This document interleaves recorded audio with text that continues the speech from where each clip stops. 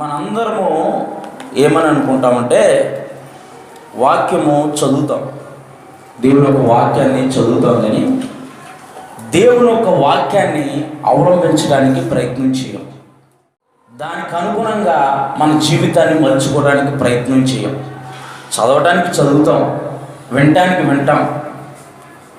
ఒక ఆత్మీయ స్నేహితుడు మొన్న నాకు ఫోన్ చేశాడు. తనకు ఎదురవుతున్న పరిస్థితులను బట్టి, తనకు ఎదురవుతున్న ఇబ్బందులు బట్టి ఫోన్ చేసి ఈ 66వ కీర్తన 10, 11, 12 10, 11, 12 వచనాలు నేను చదువుతాను. 66వ కీర్తన. దేవా, నీవు మమ్మల్ని పరిశీలించుచున్నావు, వెండిని నిర్మలము చేయు రీతిగా మమ్మను నిర్మలం చేసి ఉన్నావు.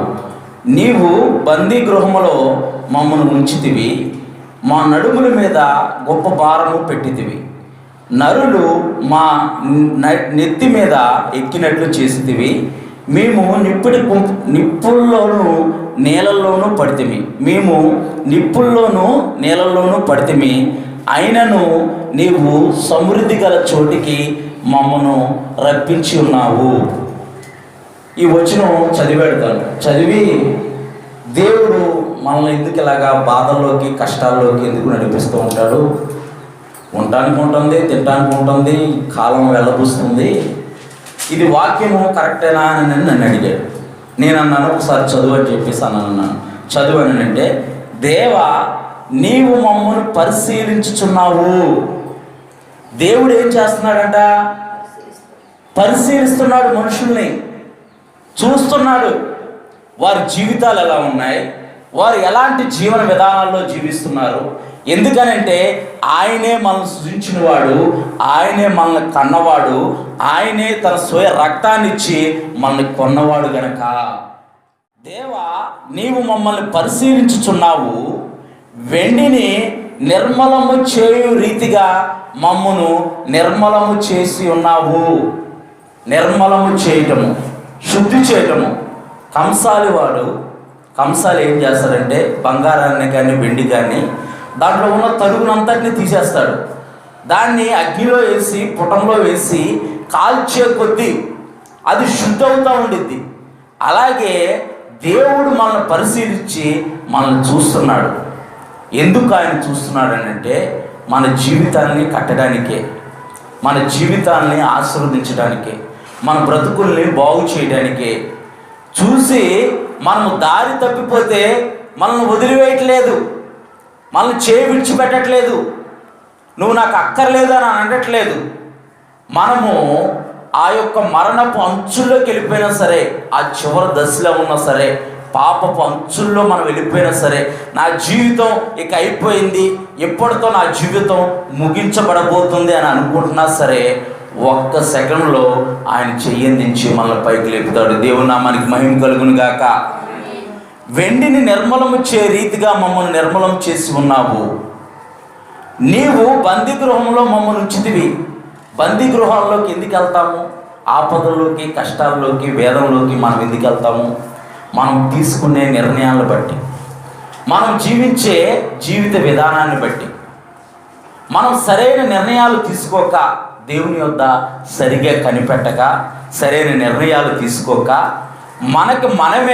మనకు తోచినట్టు జీవించి, మనకు నచ్చినట్టు మనం జీవించి, దేవునికి కోపం పుట్టించి మనమే జీవిస్తూ ఉంటే, దేవుడు మనల్ని పరిశోధించి వెండిని నిర్మలము చే రీతిగా మనల్ని శుద్ధి చేసి ఆయనతో పాటు సమృద్ధి గల జీవం అనుభవించడానికి దేవుడు మనకి కృప అనుగ్రహించాడు. అందుకే యేసు ప్రభువారు ఈ భూలోకంలో జీవిస్తున్న కాలంలో తన ప్రేమను వెల్లడిపరిచారు. లూకాసు వార్త 6వ అధ్యాయము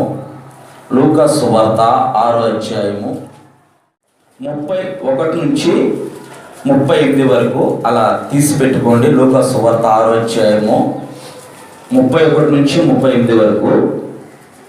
యేసు ప్రభువారు మత్తయి సువార్త 5వ అధ్యాయం నుంచి 7వ అధ్యాయం వరకు కొండ మీద ప్రసంగం అంటారు. చాలా అమూల్యమైన మాటలు, చాలా విలువైన మాటలు ఆయన బోధించారు. అలాంటి మాటల్లో ఒక మాటే ఇక్కడ రాయబడి ఉంది, ఈ లూకా సువార్తలో రాయబడి ఉంది. లూకా సువార్త 31వ అధ్యాయంలో ఒకసారి చదువుదాం. మనుషులు మీకు ఎలాగ చేయవాలని మీరు కోరుకుందరో అలాగనే మీరును వారికి చేయండి. మిమ్మల్ని ప్రేమించు వారినే మీరు ప్రేమించిన ఎడల మీకు ఏమి మెప్పు కలుగును? పాపులను తమ్మును ప్రేమించు వారిని ప్రేమితురు కదా. మీకు మేలు చేయి వారికే మేలు చేసిన ఎడల మీకేమి మెప్పు కలుగును? పాపులను అలాగే చేయుదురు కదా. మీరు ఎవరి యొద్ద మరలా పుచ్చుకొనవలనని నిరీక్షింతురో వారికే అప్పు ఇచ్చిన ఎడల మీకు ఏమి మెప్పు కలుగును? పాపులను తాము ఇచ్చినంత మరలా పుచ్చుకొనవలనని పాపులకు అప్పు ఇచ్చిదరు కదా. మీరైతే ఎట్టి వారిని గురించి అయినను నిరాశ చేసుకొనక మీ శత్రువులను ప్రేమించుడి, మేలు చేయుడి, అప్పుయుడి, అప్పుడు మీ ఫలము గొప్పదై ఉండును. మీరు సర్వోన్నతుని కుమారులై ఉందురు.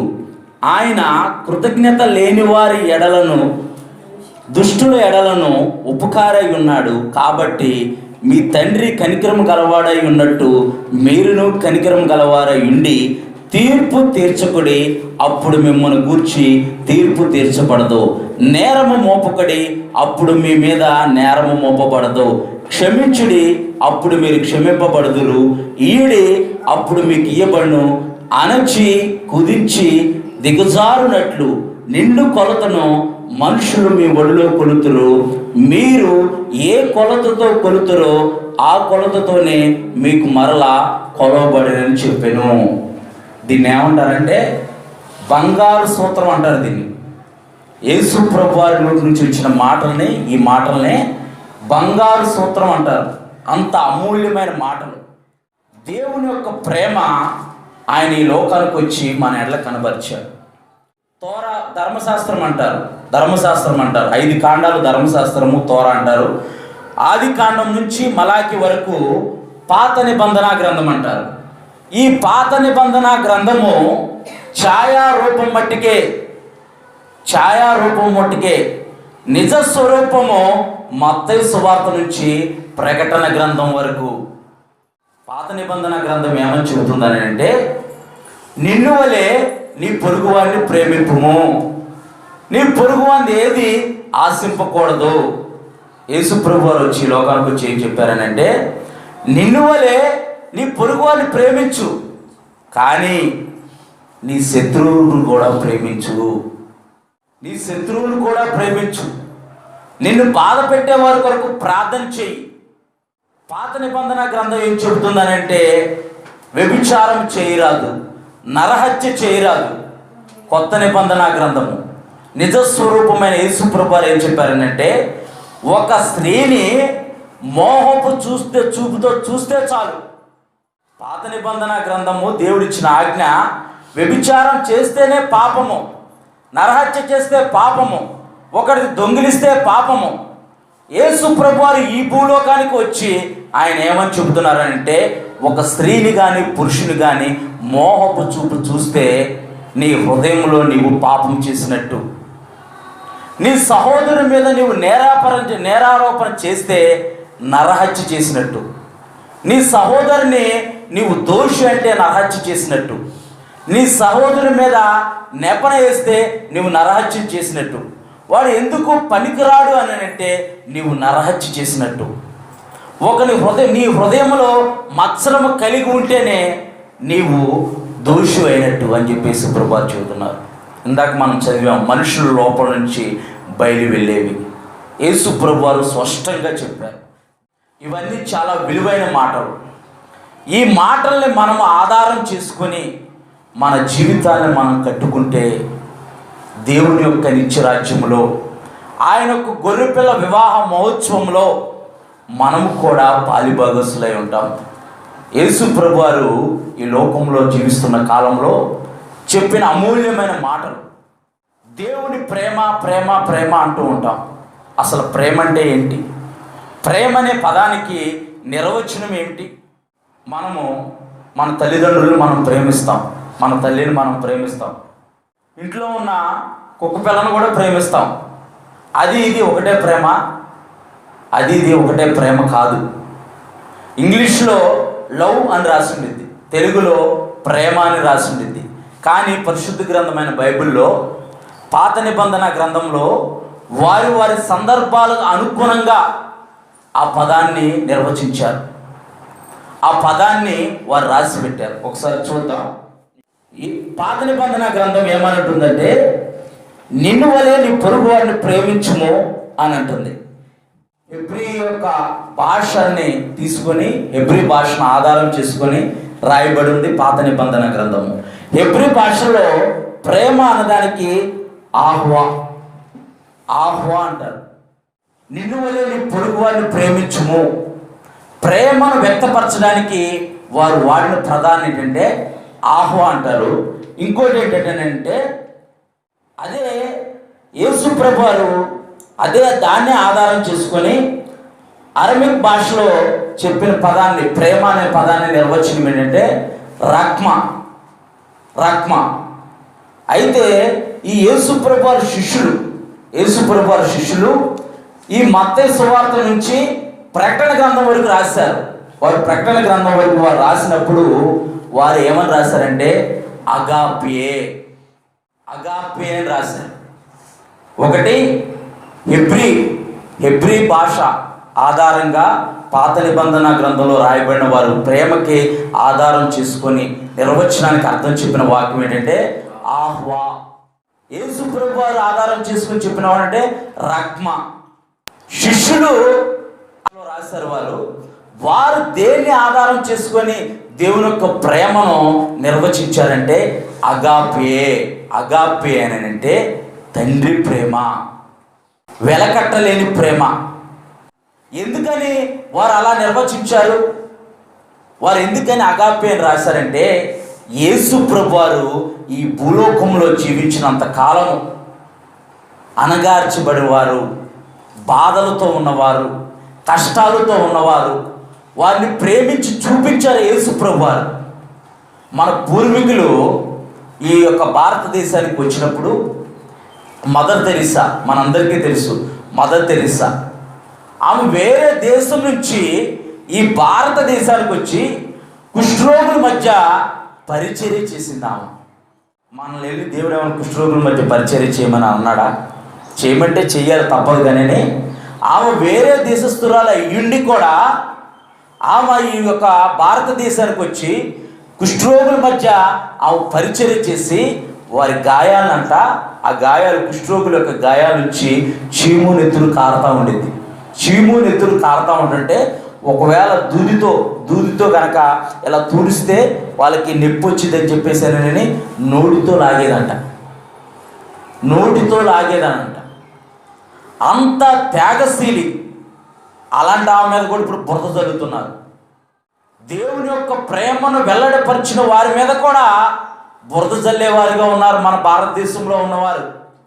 కంటికి కన్ను, పంటికి పన్ను అని అంటే వారు మంచివారు. దేవుని యొక్క ప్రేమను అవలంబించుకొని దేవుని యొక్క ప్రేమను లోకానికి చూపిస్తుంటే లోకము వారి మీద బురద జరుగుతుంది. యేసు ప్రభు వారు కూడా ఈ లోకంలో జీవిస్తున్నప్పుడు యెరూషలేముకు వెళ్ళారు. యెరూషలేముకి వెళ్ళినప్పుడు శాస్త్రీయులు, పరిసయ్యులు యేసు ప్రభు అక్కడున్న దేవాలయంలో వారు క్రయ విక్రయాలు చేస్తుంటే, ఇది నా దేవుని యొక్క మందిరము, దేవుని ఆలయము, దీంట్లో క్రయ విక్రయాలు జరగకూడదని చెప్పేసి దేవుడు వారి మీద కోపగించినప్పుడు ఆయనకు విరోధంగా లెగిశారు వారు. పరిసయ్యులు, శాస్త్రులు ఆయనకు విరోధంగా లెగిసి ఆయన చంపాలనే అవకాశం కోసం ప్రయత్నం చేశారు. ఆయన ఎప్పుడు దొరుకుతాడా అని చెప్పేసి ప్రయత్నం చేశారు. యేసు ప్రభు వారికి తెలిసి కూడా యేసు ప్రభు వారు మౌనంగా ఉండి వారు చంపాలన్న వారి మీద పగ తీర్చుకొనక వారి కొరకు కూడా ప్రాణం పెట్టి తన ప్రేమను వెల్లడిపరిచాడు. దేవుని నామానికి మహిమ కలుగును గాక. మరి క్రైస్తవులుగా అనబడిన మనము, ఇందాక మనం లోక సువార్త 6వ అధ్యాయము 31 నుంచి 38 వరకు చదవబడిన వాక్యాల్లో మనము ఎలాంటి జీవితాన్ని జీవిస్తున్నాము? మన ప్రవర్తన ద్వారా ఒక్కరినైనా మనం ఆకర్షించుకోగలుగుతున్నామా? ఒక్కరినైనా దేవుని వద్దకు నడిపించగలుగుతున్నామా? ఒక్కరికైనా దేవుడి ప్రేమను చెప్పగలుగుతున్నామా? మన క్రియల మూలంగా, మనం జీవించే భక్తి మూలంగా ఒక్కరైనా మనల్ని చూసి దేవుని వద్దకు ఆకర్షితులై వస్తున్నారా? యేసు ప్రభువారు ఈ భూలోకంలో నివసిస్తున్నంత కాలము ఆయన కూడా అనేక సమస్యల మధ్య, అనేక శోధనల మధ్య, అనేక మంది ఆయన ఎప్పుడు దొరుకుతాడా ఆయన చంపివేయాలని ఆయన కొరకు కాచుకొని ఉన్నా సరే, వారందరి కొరకు ఆయన ప్రాణం పెట్టాడు, తన ప్రేమను వెల్లడిపరిచాడు. మనము ప్రేమ ద్వారానే ఏదైనా సాధించుకోగలుగుతాము. యేసు ప్రభువారు కూడా ప్రేమ ద్వారానే సాధించగలిగాడు కనుక, యేసు ప్రభువారు ఈ భూలోకంలో జీవించిన వారు ఎలాగైతే ఈ భూలోకంలో జీవించి చూపించారో ఆ విధానాన్ని బట్టే శిష్యులు అగాపే అని రాశారు.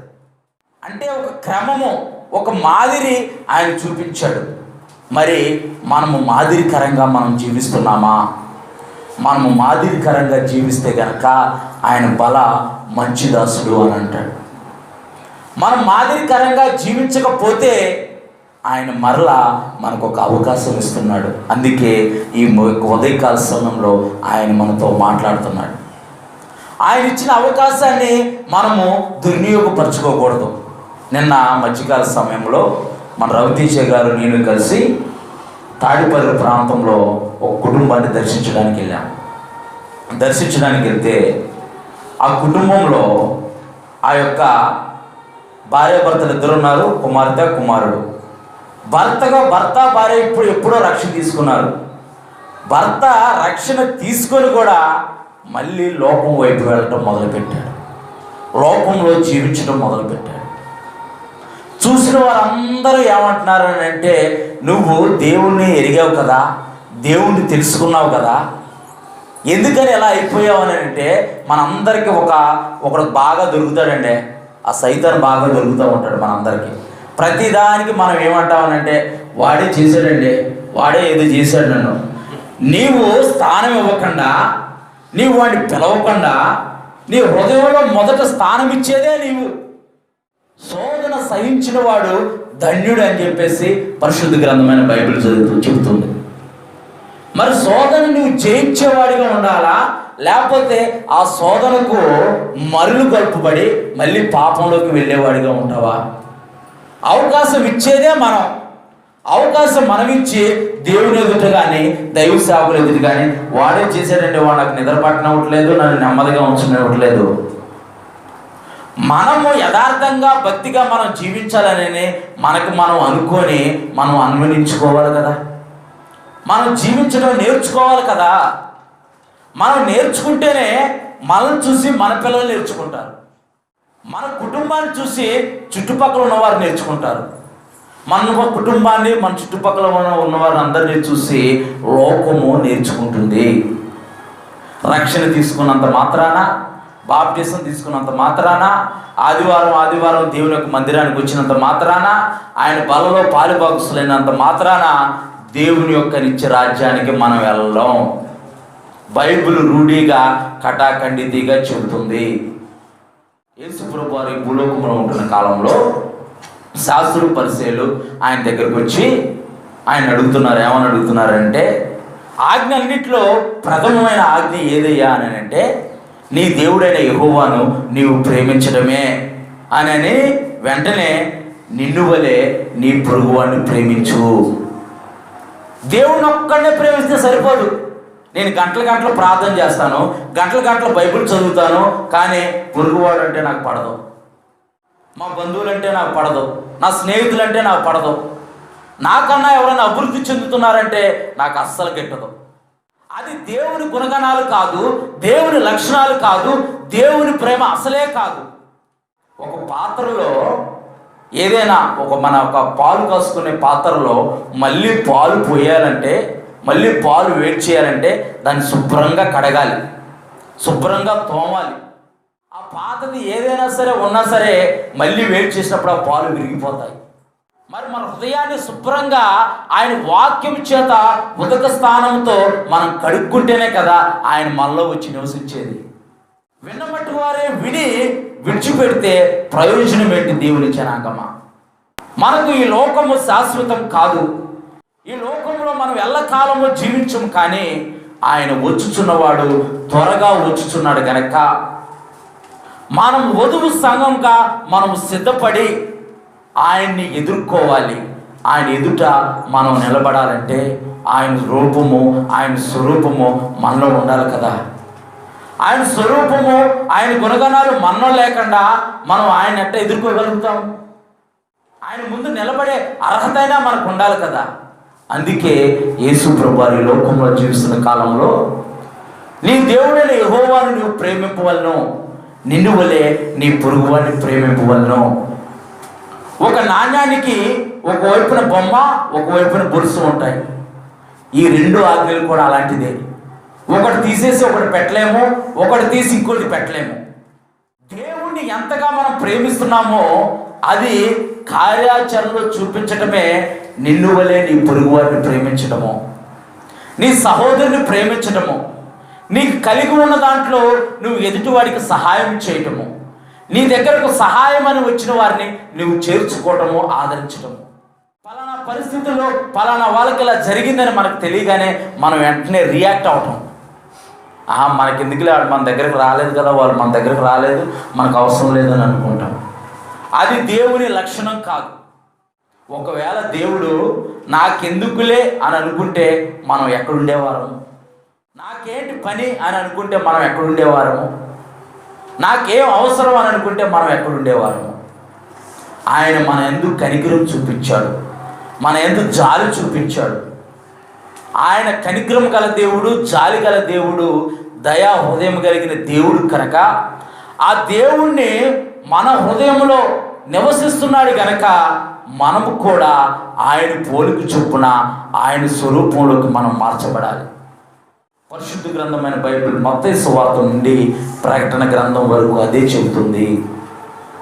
పాత నిబంధన గ్రంథము ఆజ్ఞలు పాటించాలి, ఆజ్ఞలు పాటించాలి అని చెప్పి చెబుతుంటే, కొత్త నిబంధన గ్రంథము కార్యాచరణ చేయాలి, దాంట్లో మనం నడవాలి, దాన్ని మనం అవలంబించుకొని మన జీవితాన్ని మనం కట్టుకోవాలి.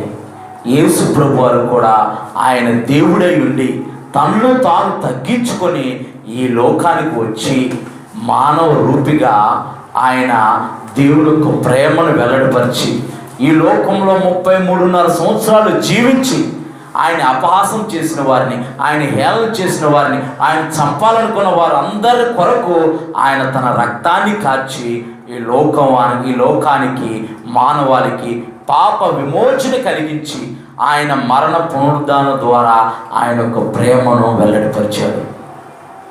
ఆయన తన ప్రేమను వెల్లడిపరచకపోయి ఉంటే గనక మనము యేసు ప్రభువారి గురించి మాట్లాడుకునేవారం కాదు, ఇక్కడ ఉండేవారము కూడా కాదు.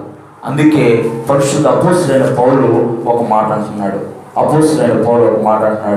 రోమీయులకు రాసిన పత్రిక 5వ అధ్యాయము 8వ వచనం, మనం ఇంకము పాపులమై ఉండగా క్రీస్తు మన కొరకు చనిపోయెను.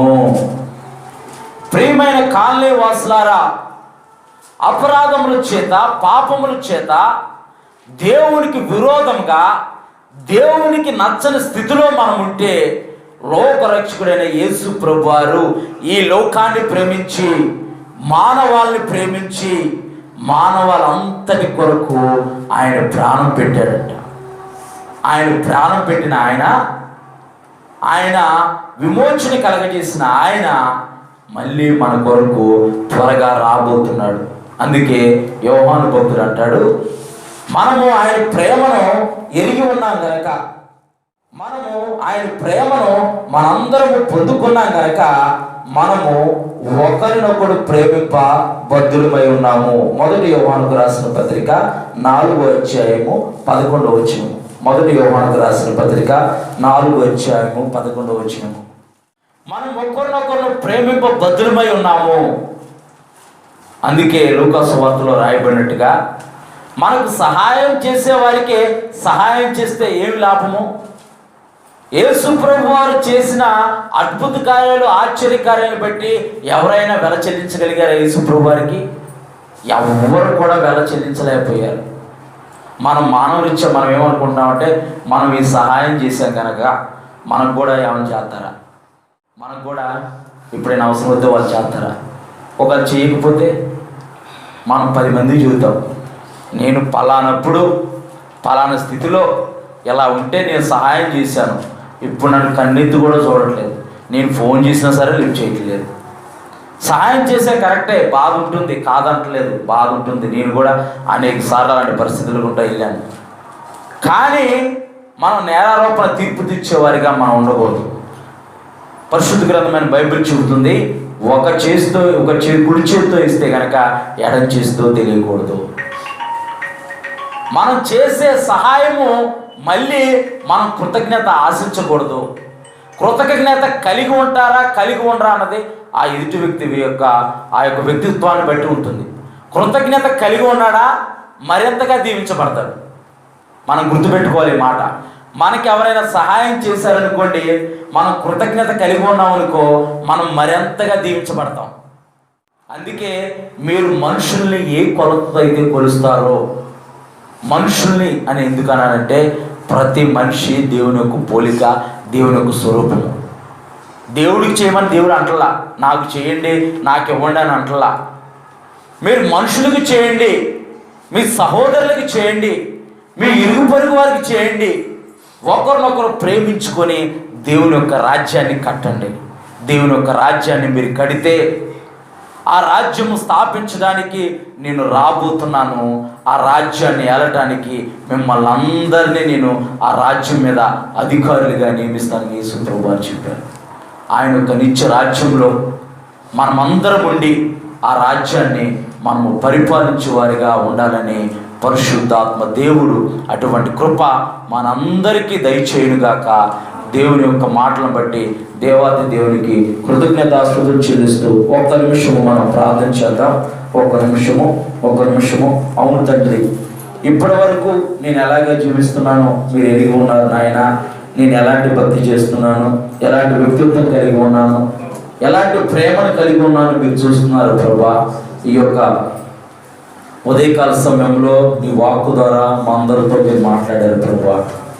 నీ నిత్య రాజ్యంలో ఉండాలంటే, అయ్యా నీ పరలోక రాజ్యంలో ఉండాలంటే, మీరు స్థాపించే ఆ రాజ్యంలో మేము రాజ్య వారసులుగా మేము ఉండాలంటే, ఈ లోకంలో మీరు ఎలాంటి ప్రేమనైతే లోకానికి వెల్లడిపరిచారు, ఎలాంటి ప్రేమనైతే మీరు చూపించారో ఆ ప్రేమను మేము కూడా లోకానికి చూపించేవారిగా మమ్మల్ని కూడా మీరు ప్రభా మలచండి ప్రభా. మమ్మల్ని కూడా మా హృదయాన్ని సిద్ధపరచండి ప్రభా.